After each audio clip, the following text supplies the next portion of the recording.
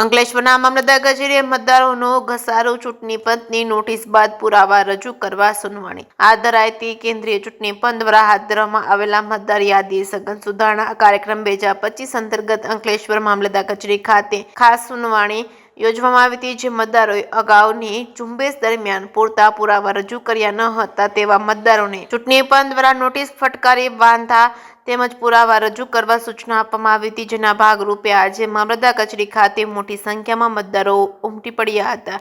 ચૂંટણી તંત્ર દ્વારા હાથ ધરવામાં આવેલી આ પ્રક્રિયામાં મતદારોએ પોતાના રહેણાંક અને ઓળખના જરૂરી દસ્તાવેજો રજૂ કરી સુનાવણીમાં ભાગ લીધો હતો. મતદાર યાદીમાં કોઈ ક્ષતિ ન રહી જાય અને યાદી સંપૂર્ણપણે હિત બને તે હેતુથી વહીવટી તંત્ર દ્વારા મતદારોના વાંધાઓની પૂરતી ચકાસણી કરવામાં આવી રહી છે. મતદાર યાદી શુદ્ધિકરણની આ પ્રક્રિયાના કારણે કચેરી પરિસરમાં દિવસભર મતદારોનો ઘસારો જોવા મળ્યો છે.